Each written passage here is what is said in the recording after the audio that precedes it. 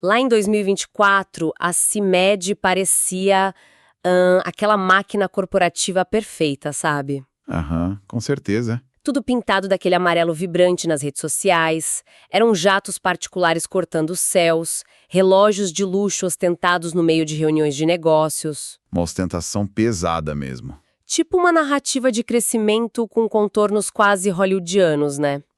E o CEO da farmacêutico, João Adib Marques, ele conseguiu uma proeza muito rara hoje em dia. Que foi virar a própria marca. Exato. Ele transformou a si mesmo na identidade visual e no motor de tração da empresa. Para quem acompanhava os stories na internet, a certeza era de estar diante de um negócio imparável, sem falhas. Só que, bom, existe uma diferença brutal entre a percepção que o marketing digital gera e a realidade fria dos números. Curtidas não pagam boletos, né? Pois é, curtidas, visualizações em vídeos motivacionais, engajamento alto, nada disso paga a dívida que vence no fim do mês. Nem um pouco. A realidade de um balanço patrimonial é muito objetiva e, na esmagadora maioria das vezes, implacável. O mercado financeiro analisa planilhas, analisa fluxo de caixa. E planilhas definitivamente não compram historinhas de Instagram. E é exatamente essa disparidade entre a vitrine brilhante e o que estava acontecendo lá nos bastidores que a gente vai analisar hoje. Um tema fascinante. Sim. Nós temos como base um relatório cirúrgico que foi publicado agora, em abril de 2026, pelo consultor estratégico e tributário Carlos Rocha. O material dele é excelente. Super detalhado. O documento destrincha o recente rebaixamento da nota de crédito da CIMED, que foi feito pela agência Fitch Ratings. Um rebaixamento que fez bastante barulho. Eis mesmo. O nosso objetivo com essa investigação aprofundada hoje é extrair, o verdadeiro manual do que acontece quando o marketing ofusca a saúde real de uma operação. Certo, vamos desvendar isso como passamos do brilho absoluto do Instagram para as rachaduras profundas em um balanço patrimonial.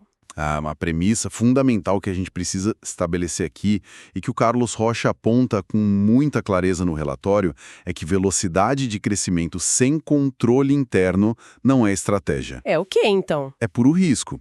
Quando a narrativa de expansão se descola completamente da disciplina financeira, as fissuras não demoram a aparecer. Começa a rachar a base. Exato. E para compreender esse rebaixamento de crédito que agitou tanto o mercado agora, em 2026, a gente não pode olhar só para o retrato atual. Tem que voltar no tempo. Sim, precisamos recuar lá para 2024. Foi quando os primeiros sinais de alerta começaram a piscar no painel, sabe? Mesmo quando a receita geral da empresa ainda parecia excelente. Bom, vamos voltar a 2024, então. Olhando os números brutos daquele ano, a CIMED faturou incríveis 3 bilhões e 600 milhões de reais. Um volume gigantesco. Gigantesco. E representou um crescimento de 22% em relação ao ano anterior. Para qualquer um que olha assim rapidamente, é um desempenho fantástico, né? Parece perfeito. Mas, para um grupo que cultiva ferozmente essa imagem de ser uma máquina de bater metas, a história não era tão simples assim. Eles ficaram 400 milhões de reais abaixo da meta interna. Que era de 4 bilhões, né? Isso. E não foi só a frustração com essa linha de faturamento que gerou um desconforto no mercado. A estrutura por trás dessa receita toda já demonstrava muita fadiga. Sem dúvida. Faturar abaixo da meta foi o sintoma mais barulhento ali, mas estava longe de ser o mais perigoso. Qual era o maior risco? O lucro da empresa já estava dando sinais de recuo. E aqui a gente esbarra num padrão muito clássico e destrutivo em finanças corporativas. Que é vender muito e lucrar pouco? É tipo isso. A empresa vende mais, a receita avança de forma agressiva, mas a última linha do demonstrativo, que é o lucro líquido, começa a caminhar na direção oposta. Nossa, isso é péssimo. É um crescimento que, na prática, destrói o valor corporativo. Porque o custo que você tem para gerar essa receita extra acaba corroendo todas as margens. E somado a isso, o nível de alavancagem deles já passava de 2,5 vezes o EBITDA. Pera, vamos dar um passo atrás e traduzir isso para quem nos escuta e não passa o dia inteiro analisando o demonstrativo financeiro. Claro, claro. O EBITDA é basicamente o lucro operacional da empresa antes de descontar impostos, juros e depreciações, certo? Perfeito. É o que a operação gera de forma pura. Isso. Quando a gente diz que a alavancagem superou 2,5 vezes, estamos falando que a empresa precisaria de 2 anos e meio inteiros desse lucro operacional puro. Sim, sem gastar um centavo com mais nada. Exato, sem gastar com mais nada, só para quitar a dívida acumulada. Ou seja, essa expansão hiperacelerada deles estava sendo bancada por endividamento, não pelo suor do próprio negócio. Essa é uma tradução perfeita. E para gravar esse quadro de dívida subindo, a gente teve um episódio muito crítico no balanço de 2024. Ah, a questão da auditoria. Isso mesmo. A KPMG, que era a auditoria independente da CIMED na época, inseriu uma ressalva formal no documento do balanço. E ressalva de auditoria nunca é bom sinal. Nunca. Os auditores apontaram que os contratos comerciais da CIMED com as grandes redes de farmácia precisavam de muito mais transparência. E esses acordos envolvem aquelas concessões, né? Sim, concessões financeiras que funcionam como uma espécie de pedágio. Pedágio de prateleira. Exatamente. A indústria farmacêutica paga isso para garantir um espaço de destaque no varejo. E a KPMG julgou que o jeito que esses repasses estavam sendo contabilizados era excessivamente opaco. Faltava clareza. Trazendo isso para o mundo real, é como se a luz vermelha de verificar o motor começasse a piscar furiosamente no painel de um carro esportivo. Uma Ferrari a 200 por hora. Exato.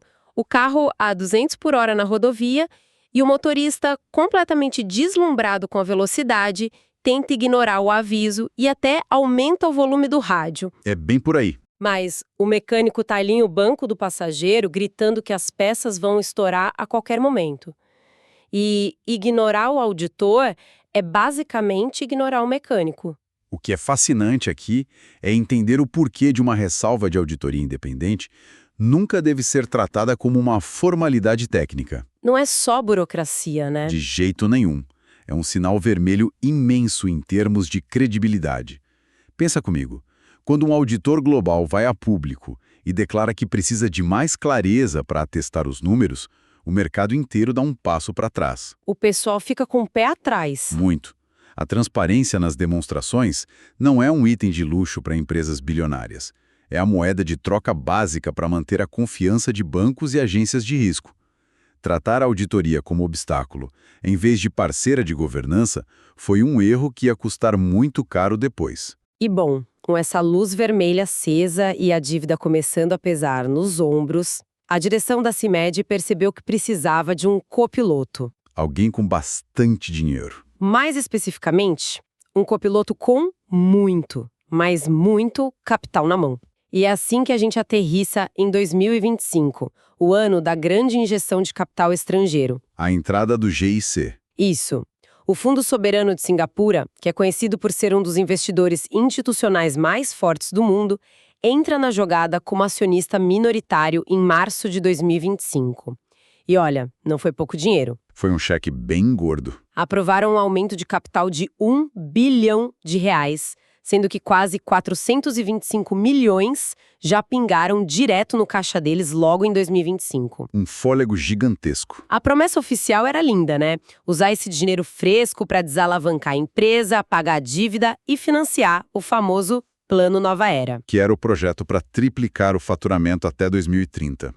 O Fundo de Singapura olhava e via valor na força midiática da marca e na agressividade de vendas da diretoria. Faz sentido. Faz. Além disso, o capital era primário. Ou seja, o dinheiro foi injetado direto na operação da empresa, na infraestrutura. Não foi parar no bolso dos donos. Exato, não foi secundário. Mas a execução ali no dia a dia acabou escrevendo um roteiro bem diferente. Se 2024 foi o ano do desconforto, 2025 foi o ano que o desastre operacional ficou impossível de esconder. Mas peraí, precisamos dissecar isso com calma.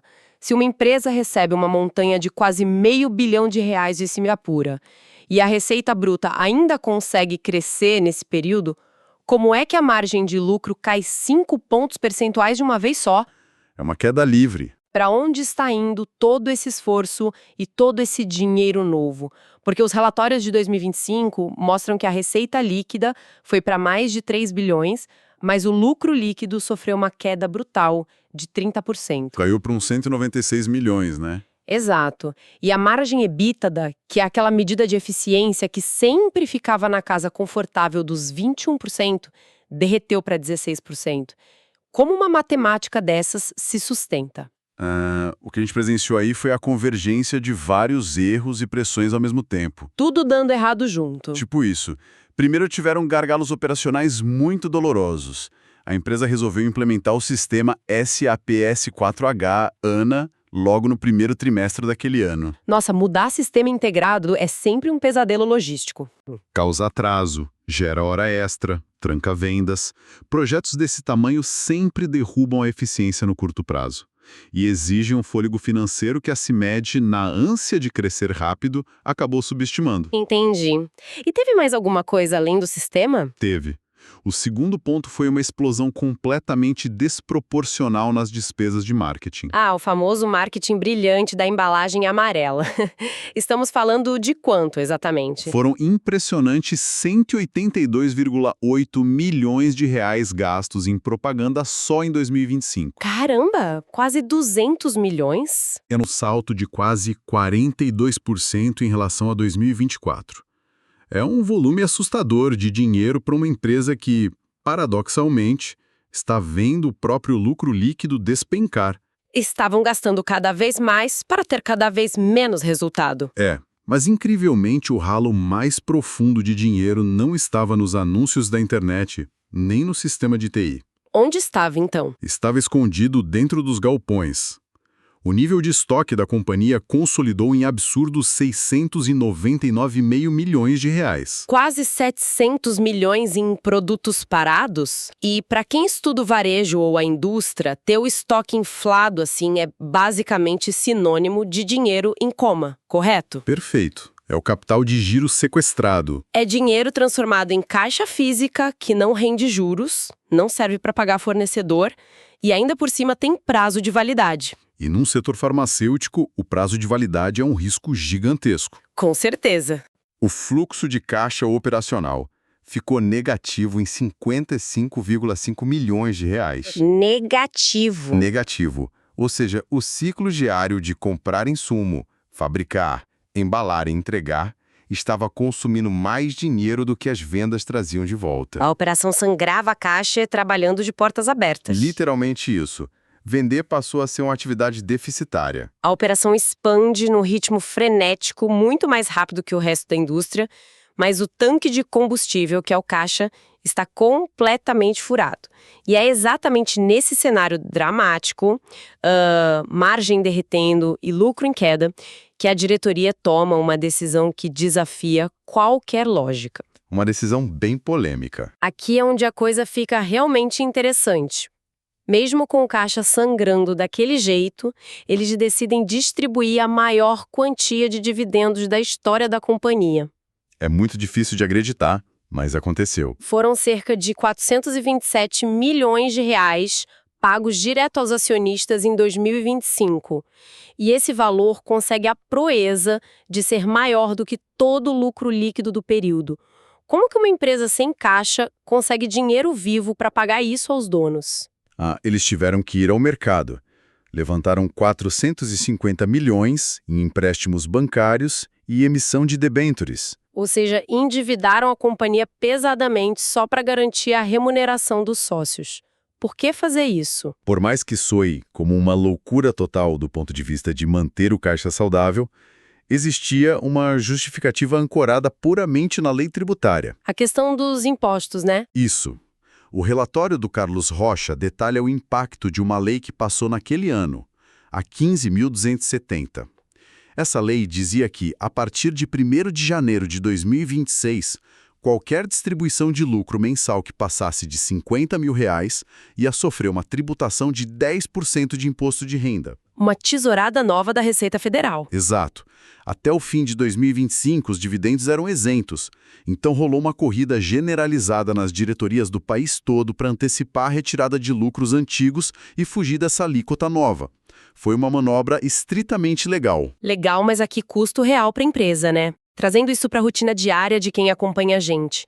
É a mesma coisa que você usar o cartão de crédito no rotativo pagando uns 20% ou 30% de juros ao mês, só para não perder um cupom de 10% de desconto numa loja. É uma baita ilusão matemática. A tal da economia tributária não chega nem perto de cobrir o rombo dos juros desse empréstimo gigante que eles pegaram. Se conectarmos isso com o quadro geral, a gente chega na definição impecável do que o Carlos Rocha chama de otimização míope. Otimização míope. Gostei do termo. É perfeito para o caso. Porque tomar a decisão de antecipar o dividendo para fugir de 10% de imposto parece até inteligente se você olhar isoladamente trancado lá na sala do departamento fiscal. Só olhando o imposto, sim. O grande problema é que o planejamento tributário não pode existir num vácuo, ignorando a saúde do resto do ecossistema da empresa. Quando você faz isso e força a empresa a pegar uma dívida altíssima, bem quando o caixa já está no vermelho, o custo financeiro dessa dívida devora qualquer ganho tributário. Acaba com a economia. Buscar economia de imposto destruindo a qualidade do crédito é o ápice da miopia. É inverter as prioridades de sobrevivência.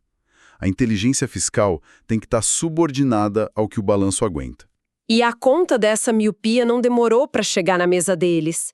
A realidade dos números é teimosa, né? Não aceita historinha. Como a gente falou lá no início, os analistas não ficam olhando as fotos de viagem no Instagram. Eles dissecam os múltiplos de dívida. E os múltiplos não mentiam. Não mentiam. Em março de 2026, a agência Fitch Ratings fez a leitura dessa piora toda e rebaixou a nota de crédito nacional da CIMED.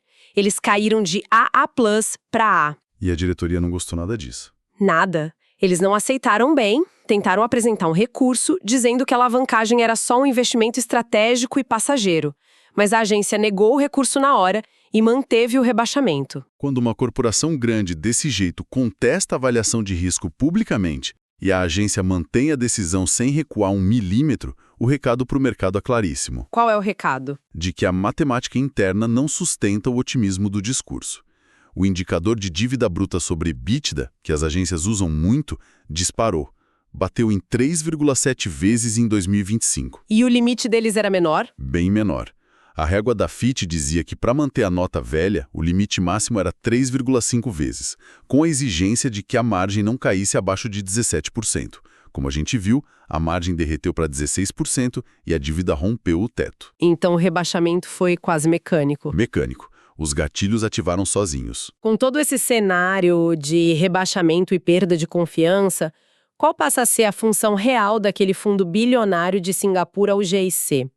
Porque a narrativa original era que ele seria um combustível do foguete para a nova era. O que acontece com esse dinheiro agora? Essa é, talvez a consequência mais triste dessa sequência de erros. O Fundo Soberano, que ia ser o grande propulsor da expansão, virou só um amortecedor de impacto. Nossa, de foguete para amortecedor. Pois é.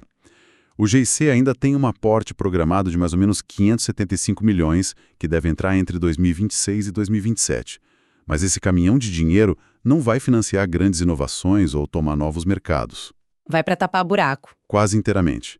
Vai servir para estancar a hemorragia financeira e tentar puxar aquele indicador de dívida de 3,7 de volta para um patamar mais seguro, perto de 3 vezes. Quer dizer que todo aquele suor de trazer capital externo só serviu para limpar a bagunça dos dividendos e do custo excessivo. Infelizmente, sim. E o peso disso dobra quando a gente lembra que a CIMED está no meio de uma transição de modelo de negócio super complexa.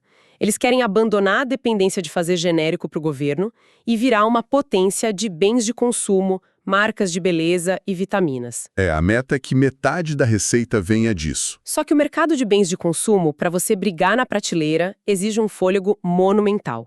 Margem apertada e guerra de publicidade o tempo todo. Então, o que tudo isso significa? Para quem tem um negócio ou acompanha a indústria, qual o impacto real disso? Isso levanta uma questão importante, sabe? Sobre aquela crença quase mágica de que jogar dinheiro no problema resolve tudo. Não resolve. Não. O caso prova que parceiro externo, por mais rico que seja, é incapaz de consertar uma cultura interna que não tem disciplina financeira. Eles só aceleram o que já existe. Exato. Injeção de bilhões potencializa o que funciona, mas se a operação vaza a caixa pelas bordas, o dinheiro só vai embora pelo ralo. E o rebaixamento da agência não é o vilão da história. A nota é só o termômetro avisando que a febre está alta. O problema está na infecção, não no termômetro. Perfeito. A falha estrutural deles foi a ambição gigante de tentar cruzar um abismo comercial, ao mesmo tempo que o lucro caía, o estoque travava, o caixa sangrava e eles ainda tiravam dividendo na base da dívida. A narrativa estava a 200 por hora, mas a governança ficou presa na primeira marcha. Ficaram queimando largada. Olhando o quebra-cabeça, a gente percebe que essas decisões até seriam administráveis se fossem feitas em anos diferentes. Mas juntar sistema novo travando a logística, marketing estourando orçamento, pegando empréstimo para pagar imposto e o galpão lotado, tudo no mesmo ano fiscal, é fabricar uma bomba relógio. É pedir para dar errado. Propaganda constrói marca, claro, mas engajamento no Instagram não negocia prazo com o banco. Não negocia de jeito nenhum. E o relatório ainda traz um ponto super crucial sobre a realidade macroeconômica. É um alerta para todas as empresas brasileiras agora com as regras da reforma tributária. O IVA dual. Isso. O caso funciona como um laboratório prático das armadilhas que estão vindo. A implementação desse IVA dual, somando a CBS e o IBS e podendo chegar a 28% de alíquota, muda totalmente o jogo. A grande sacada é o fim da cumulatividade. Explica rápido para quem nos escuta o que é isso. Claro. Significa que as empresas não pagam mais imposto em cascata, só sobre o valor que elas adicionam na cadeia. Para o setor farmacêutico, que vivia de estratégia de preço baseada num emaranhado de crédito fiscal, isso vira um modelo de cabeça para baixo. Bagunça tudo que eles sabiam. Tudo. A lição é que governança tributária virou questão de sobrevivência hoje. Pensar na carga de imposto só com a visão cega de quero pagar menos na guia desse mês e esquecer do impacto de longo prazo no caixa é um convite expresso para a insolvência. Para recapitularmos as lições centrais que saltam dessa nossa análise minuciosa de hoje. Primeiro, exibir crescimento de receita enquanto o lucro cai é uma ilusão corporativa muito traiçoeira. Faturar bilhões não é sucesso se cada venda queima os seus recursos internos. Muito verdadeiro. Segundo, jogar centenas de milhões em campanha de marketing pode até criar uma aura de sucesso ali na hora, mas não estanca o senhoramento operacional. E terceiro, e talvez a mais dolorosa, tentar economizar imposto pegando dívida cara com o banco para pagar o sócio é um suicídio financeiro. É o caminho mais rápido para o downgrade. A estratégia fiscal e o balanço precisam andar de mãos dadas.